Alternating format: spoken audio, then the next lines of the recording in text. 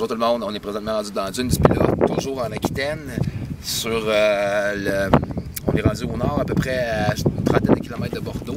On est dans un site 100% naturel, c'est la plus grosse dune d'Europe, c'est une dune naturelle, poussée par un principe de vague avec le littoral puis la baie d'Arcachon. Vous pouvez vous informer, c'est super intéressant au niveau naturel. Puis tout juste derrière, on a la plus grosse forêt de France, une forêt créée par l'homme évidemment. C'est la forêt qui sert de bois à toutes les constructions d'Europe. C'est énorme, je ne sais plus trop combien de milliers d'hectares. Toute la forêt qui est là, c'est fabriqué par l'homme. Mais ici, on dirait vraiment dans le Sahara. On se croirait dans le Sahara. C'est pas des farces. On voit les dunes là-bas. Là.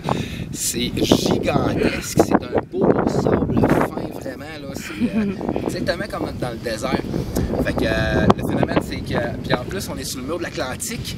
Fait que le mur de l'Atlantique créé par les nazis, justement, pour protéger toute l'Europe contre l'envahisseur. On voit les bunkers qui sont complètement dans l'océan là-bas, qui ont commencé à s'effondrer. Ils étaient au sommet, puis ont commencé à s'effondrer parce que la dune érode la terre, elle rentre de plus en plus dans la terre. C'est un certain problème, ils sont en train de gérer ça.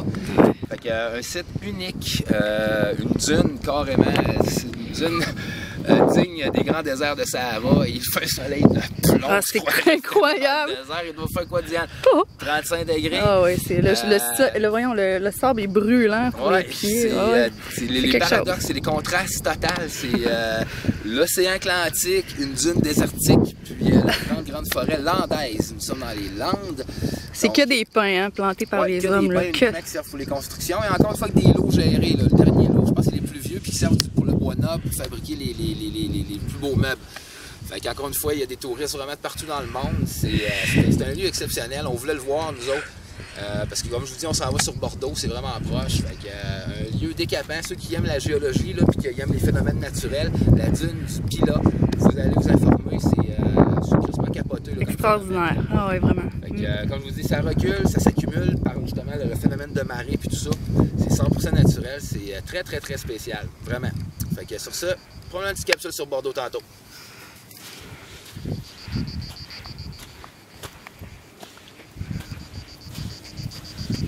On entend même les cigales encore.